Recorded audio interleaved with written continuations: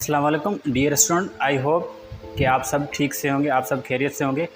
जैसा कि आज के हमारा जो टॉपिक था असाइनमेंट के हवाले से, जो कि सर मोहब्बत शाह ने हमें असाइन किया था, जो कि इथनोलॉजी ऑफ पाकिस्तान के बेस करता है, तो उसमें हम जो स्टडी कर रहे हैं टॉपिक वो है हमारे पास सिंध म्यूज़ियम। अब देखते हैं कि सिंध म्यूज़ियम मतलब कि इंसान की लाइफ में क्या रोल प्ले करता है। सबसे पहले हम यहाँ पर आते हैं कि main permanent settlement and progressive agriculture, कि ये लोगों की एक परमानेंट सेटलमेंट है जहाँ पर लोग एग्रीकल्चर करते थे अपनी लाइफ की सर्वाइव के लिए। और जहाँ पर देखिए कि जितने भी ऑब्जेक्ट यहाँ पर यूज़ किए गए हैं बाय द प्रीमेटिव टाइम्स लोगों के ज़रिए, तो वो भी सिंध म्यूज़ियम के अंदर कैप्चर किए गए हैं, ताकि जहाँ पर ये जो स्टूडेंट्स आते हैं वो उनको देखकर स्टडी कर पाए, मुताला कर पाएँ कि हमारे प्रीमेटिव्स किस तरह से अपनी लाइफ सर्वाइव करते हैं। हमने पढ़ा कि लोगों की परमानेंट सेटलमेंट थी। अब हम यहाँ पर देखते हैं कि मेन टेक्स टू एग्रीकल्चर, लोग प्रीमेटिव टाइम में किस तरह एग्रीकल्चर करते थे। ठीक है, तो चलिए याद आते हैं। देखिए कि यहाँ पर कुछ मतलब के खेत हैं जो कि मतलब कि बंजर ज़मीन पड़ी है, और यहाँ पर कुछ दरख्त भी है। और जैसा कि हमने पीछे देखा कि वहाँ पर कुछ देखिए यहाँ पर जो कि प्लो जो हल चलाते थे लोग ओल्ड टाइम में वो भी पड़े हैं। और यहाँ पर देखिए कि लोग जो अपने घर बनाकर किस तरह रहते थे। देखिए कि छोटी छोटी कॉटेज बनाकर यहाँ पर लोग अपना सर्वाइव करते थे। ये भी हमारी एक प्रीमेटिव टाइम में एग्जिस्ट करता है, जहाँ पर लोगों को आज तक प्रिजर्व किया गया है सिंध म्यूज़ियम के अंदर, जो कि हैदराबाद में है। ठीक है, तो उसके बाद हम नेक्स्ट चलते हैं। हमारा जो नेक्स्ट है वो है कि केव मैन ऑफ रोडी हिल्स। अब यहाँ पर रोडी हिल्स, ठीक है, ये भी एक प्रीमेटिव हिस्ट्री से रिलेटेड है कि रोडी हिल्स के अंदर किस तरह लोग घरों में पनाह लेते थे या घरों से घर बनाते थे अपने आप को जंगली जानवरों से बचाने के लिए रात के वक्त। ठीक है, किस तरह देख सकते हैं। तो आप बिल्कुल और ले सकते हैं कि यहाँ पर किस तरह से इंसान मतलब कि एक केव बना रहा है जहाँ पर रात के वक्त वो अपने आप को प्रिजर्व कर रहा है, वो अपने आप को छुपा रहा है, ताकि रात के वक्त उसको किसी भी जानवर से नुकसान ना हो। ठीक है, देखते हैं। तो एवोल्यूशन ऑफ मैन है। अब म्यूज़ियम्स के अंदर वो चीज़ें एग्जिस्ट करती है, आपको पता है, जो प्रीमेटिव टाइम के अंदर जो इसके उससे सबसे बड़ा रोल है वो क्या है, एवोल्यूशन ऑफ मैन, कि इंसान की किस तरह ग्रेजुअली चेंज हुआ है। जैसा कि हमने हमारी क्लास में भी पढ़ा है कि डार्विन के कुछ थ्योरीज थी हमारे पास कि इंसान जो कि एनिमल से लाइक बिहेव एनिमल लाइक करता है। ठीक है, तो यहाँ पर हम बिल्कुल उसका ओवरव्यू ले सकते हैं कि देखिए अगर हम देखते हैं यहाँ पर, तो पहले हमारे पास देखिए कि इंसान लाइक का मोंकी, डार्विन ने हमें ये बताया था कि इंसान लाइक का मोंकी है, पर ना कि वो एक मोंकी है, बट ग्रेजुअली वो चेंज हुआ है। आस्ते आस्ते स्टेप बाय स्टेप इंसान ने अपने आप को देखिए किस तरह मेंटेन किया है एवोल्यूशन। तो आपको पता है कि ग्रेजुअली चेंज हो रहा है इंसान।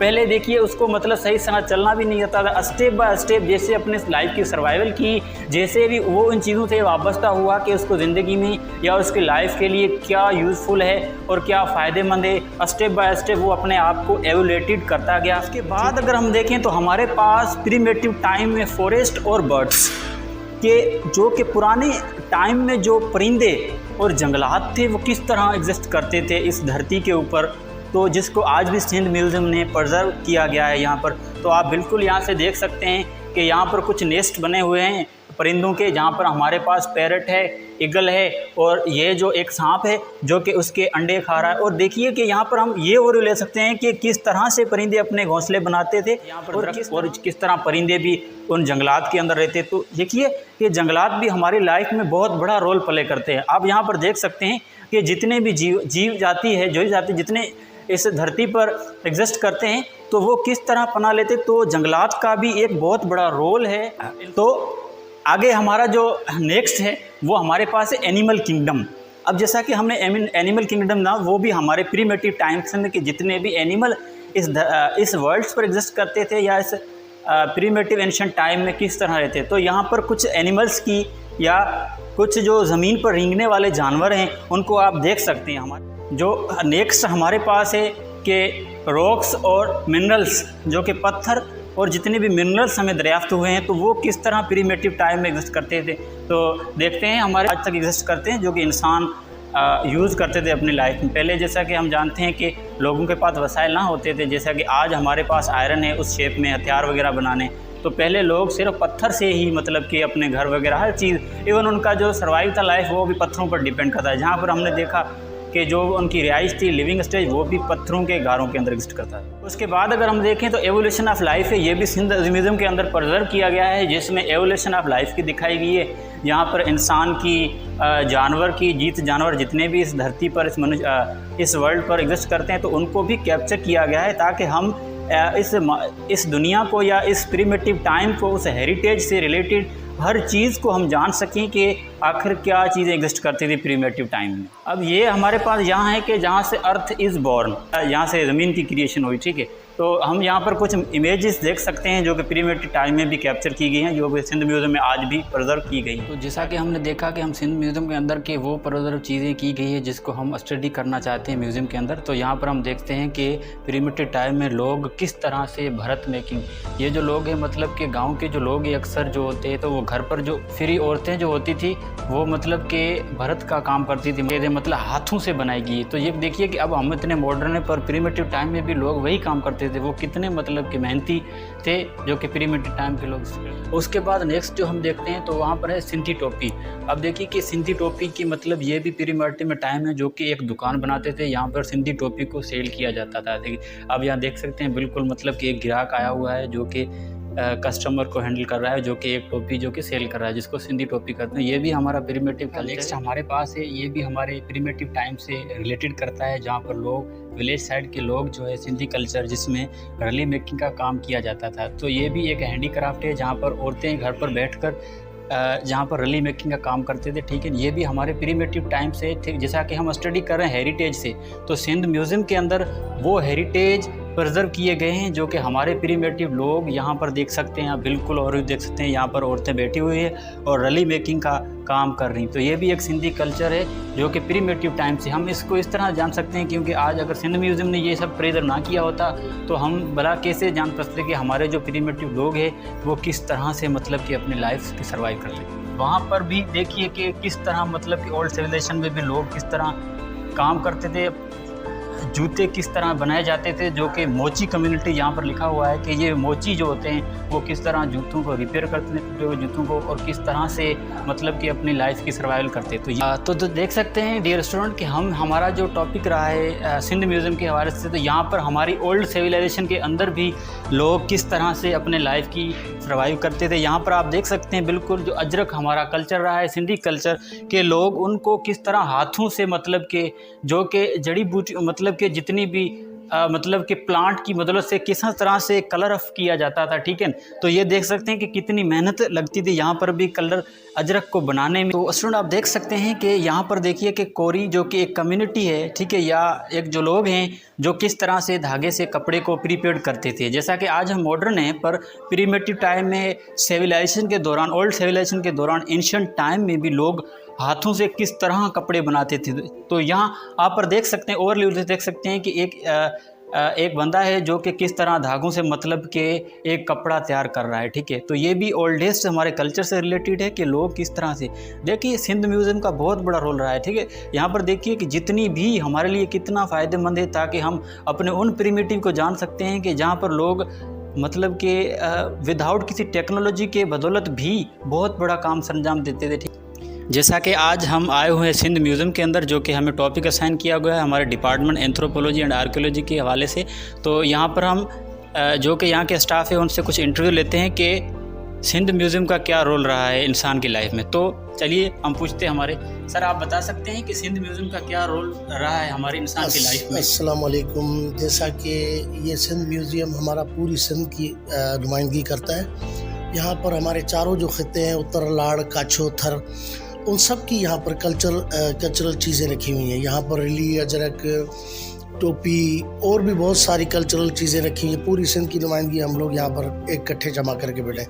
ये म्यूज़ियम हमारा बना था 1959 में और इनके डायरेक्टर जो थे, बाज़ाब्ता डायरेक्टर शाही ज़फ़र काज़मी थे, उनकी मज़ार भी यहाँ सामने अंदर है और उन्होंने इसको तरक्की दी म्यूज़ियम को आके, और बहुत अच्छा उन्होंने ये हमारा म्यूज़ियम, हमारे मॉडल्स पूरे पाकिस्तान में जितने भी म्यूज़ियम हैं उनसे डिफरेंट है, अलग हैं ये। तो इस हमारे पास बहुत फॉरेनर आते हैं, हमारे सिंध के लोग आते हैं देखने के लिए, पंजाब के लोग आते हैं, KPK के, खैबर पख्तूनख्वा के, सब आके देखते हैं यहाँ पर। माशाल्लाह बहुत अच्छा म्यूज़ियम है। और जितने भी हमारे छोटे स्टाफ हैं हम इसको मेंटेन करके बैठे हैं। डेली के हिसाब से सफाइयाँ सुथराइयाँ होती हैं और अपना केमिकल जो है वो लगाते हैं कपड़ों को, मॉडल्स को, उनके बालों को, और ये मेंटेन करके बैठे हैं। सर आप हमें बता सकते हैं कि ये जो बिल्डिंग बनाई गई है या सिंध म्यूज़ियम बनाया गया है, इसमें किसका रोल रहा है इसको मतलब मेंटेन करने में? सबसे पहला जो रोल रहा है या जिसकी बिल्डिंग के पीछे जिसकी इसकी बिल्डिंग को मेंटेन किया गया है? जी ये कहना है कि देखें कि पूरे पाकिस्तान में सिर्फ एक लाहौर का म्यूज़ियम था, उसके बाद कराची का म्यूज़ियम बना 1959 में ये म्यूज़ियम वजूद में आया। तो ये म्यूज़ियम जो है ये एजुकेशन डिपार्टमेंट के पास था। सिर्फ 2 गैलरियाँ जो बड़ी हैं हमारे पास, उनमें टेबलों पर सामान पड़ा होता था, कोई शोकेस वगैरह नहीं थे। डॉक्टर नबी बख्श खान बलोच ने एजुकेशन डिपार्टमेंट से ये म्यूज़ियम लिया और फिर उन्होंने जो है इस म्यूज़ियम को मेंटेन किया, पूरी सिंध से सामान कलेक्ट किया और ज़फ़र काज़मी साहब ने उनकी हेल्प की और बाज़ाब्ता डायरेक्टर जो है वो साईं ज़फ़र काज़मी बने। मॉडल जितने भी आप देख रहे हैं ज़फ़र काज़मी, लुत्फ़ अली अंसारी और ख़ान मोहम्मद चांडियों के बने हुए हैं, जमशेद, इनके बने हुए मॉडल्स हैं, उनकी ड्रेसेस ये वो सारी डिज़ाइनिंग ज़फ़र काज़मी की हुई है। और ये आज तक जितनी भी बनी हुई है इसमें हुई थी अपना रेनोवेशन 93 में, आज तक वही रेनोवेशन चलती आ रही है। सफाई सुथराई जो है वो डेली की बुनियाद पर होती है।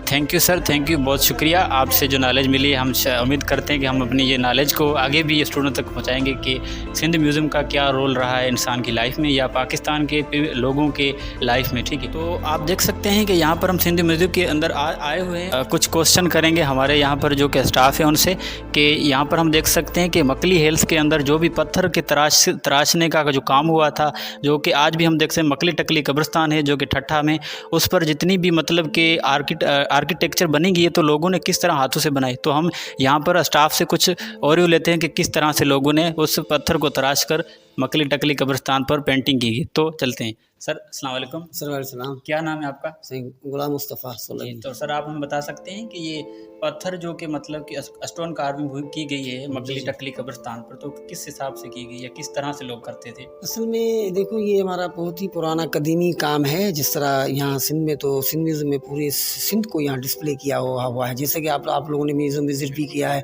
आमरी को, DG मोहनजोदड़ो, काहूजोदड़ो, ससी का शहर बम्बोर, इस तरह जो है ये बहुत ही कदीमी शहर, पुराने हमारे ओल्ड जो सिटी एरियाज़ वो भी दिखाएं। तो यहाँ पर जो अभी खड़े हुए यहाँ पर हमने मकली कब्रिस्तान को देखा जो एशिया का सबसे बड़ा कब्रिस्तान है।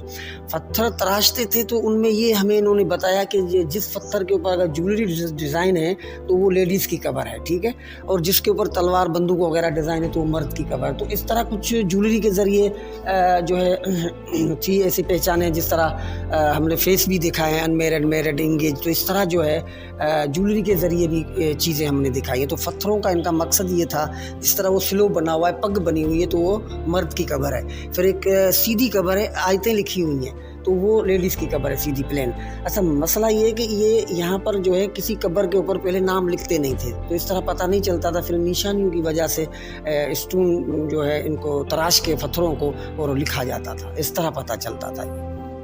तो ठीक है स्टूडेंट, जैसा कि आपने देखा स्टाफ ने हमें कुछ इंटरव्यू दिया मकली टकली है तो किस तरह पत्थर से तराश। बहुत शुक्रिया सर आपका जो आपने हमें अपना कीमती टाइम दिया और हमें भी कुछ ओवरव्यू मिला आपसे कि किस तरह से मतलब कि कार्विंग होती है, स्टोन कार्विंग। नहीं कोई मसला, ये तो हमारा तो फ़र्ज़ भी है और हमारी ड्यूटी भी है जो हमारे पास है, अगर वो किसी को मिल जाए तो अच्छी। तो स्टूडेंट देखते हैं कि आगे हमारा जो यहाँ पर जो विज़िटर है सिंध म्यूज़ियम के अंदर के लोग किस तरह से विज़िट करते हैं और वो क्या फ़ील करते हैं इस म्यूज़ियम के अंदर विज़िट करके, या उनको मतलब कि उनकी लाइफ में क्या सीखने को मिलता है। तो हम पूछते हैं यहाँ पर एक विज़िटर से जो कि हमें बताएंगे। पहली बात मुझे बहुत अच्छा फ़ील होता है ये हिस्टोरिकल चीज़ें देखकर और हिस्ट्री देखकर सिंधियों की, और कैसे हम जीते थे पहले, और ज़्यादा आर्किटेक्चर भी देखते हैं कि कैसे आर्किटेक्चर था पहले का। हिस्ट्री के बारे में ओवरऑल बहुत अच्छा लगता है कि पहले ऐसे लाइफस्टाइल था। Thank you sir.